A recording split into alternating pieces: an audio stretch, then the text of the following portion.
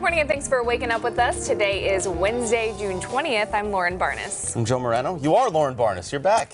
I'm back. It's good to be here. Yeah. What you been up to? Spent some time in New Orleans over the weekend. Had some good food, some good company. I think there's Chicago, New York. There's all these great places. New Orleans might be my favorite food city. I know, and so you gave me some good recommendations. I appreciate that. Pretty good for you. Off the top of your head, do you have a favorite thing that you had? The seafood was good. Seafood, very good. Elisa, are you much of a seafood fan? I know maybe New Orleans isn't for you. Yeah, no, it depends on what it is. Yeah. Nah. New Orleans definitely, for a food city, has that category, you know? Yes, she'd be more into the beignets. Right. Oh, yeah. Just some fried dough and powdered sugar. Come on. Okay. You're on board? Yeah. All right. How's the weather out there? 72 degrees right now in Springfield. We've got some mostly clear skies, couple clouds, a south and southeast wind at 8 miles per hour. Dew points in the 60s, so of course it's muggy. We're pretty quiet across the Ozarks this morning, but we've got this storm complex to the west over in Kansas. That is dying and decaying. Really won't impact us this morning, but we'll see more scattered showers and storms by this afternoon. 72 degrees in Springfield right now. It's 70 in Rolla and in Fort Leonard Wood, 68 in Branson this morning. Will be dry for the first half of the day. Around lunchtime, we could start to spark some isolated showers and storms, and then they'll become more scattered by that evening commute.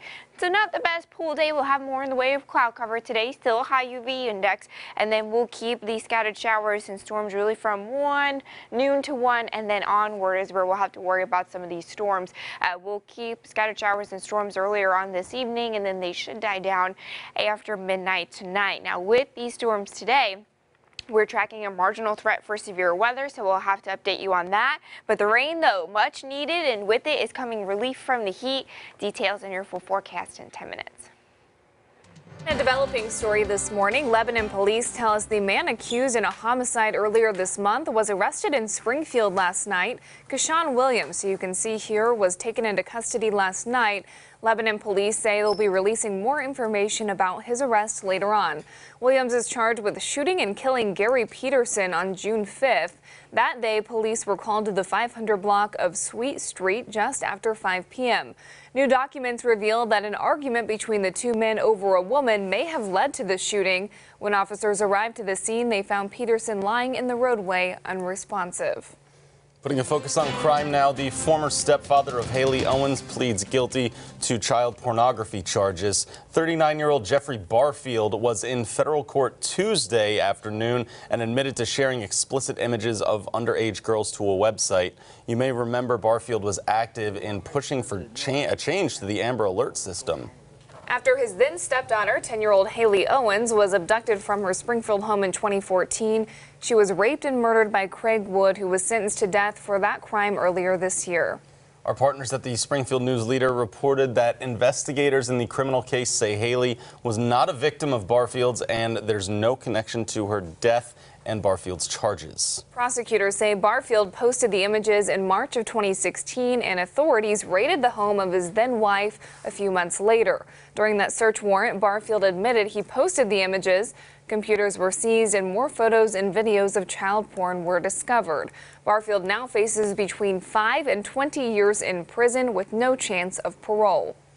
Elsewhere, a Springfield man has pleaded guilty in federal court to leading a conspiracy that distributed at least 1 kilogram of heroin in the Springfield area. 60-year-old Roosevelt Simpson is guilty on 1 count of conspiracy to distribute and to 1 count of possessing a firearm in furtherance of a drug trafficking crime. He admitted that he was a leader in a drug trafficking conspiracy from September of 2012 all the way until April of last year. Simpson supplied heroin to other mid-level dealers and will be sentenced to 20 years in federal prison without parole. A sentencing hearing will be scheduled after the completion of an investigation by the United States Probation Office. And a follow-up report for you. Earlier this week, Springfield City Council approved a measure to allow expanded alcohol sales at the Ozark Empire Fairgrounds. The approval will not have an effect on the 10-day Ozark Empire Fair event, though. With a couple of different liquor licenses in place, there are already select locations where you can drink during the fair. But new rules will apply to other events at the fairgrounds.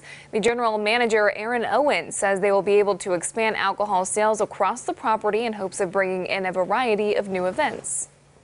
This is for our year-round events. and it changed it from being, we had two areas that we could do alcohol in, and now we'll be able to go fence to fence, but it's more to bring events in like weddings, picnic.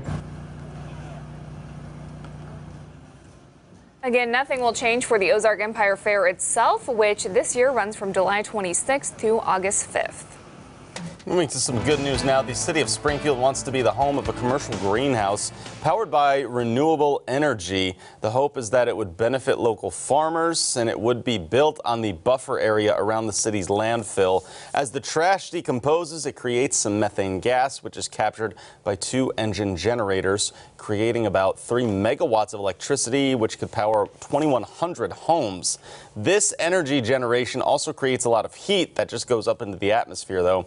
So the city and CU want to put that heat to good use and use it for a greenhouse, and the benefits for that could land on your kitchen table. You can grow tomatoes and other hothouse vegetables on a year-round basis instead of having them flown in from Holland or trucked in from the Central Valley or flown in from South America. So the idea is to create local jobs for local people. Good news for the taxpayers. You don't have to pay any money if this project moves forward. The city is offering up this space and facilitating the proposal in hopes educational institutions or private companies will fund the project.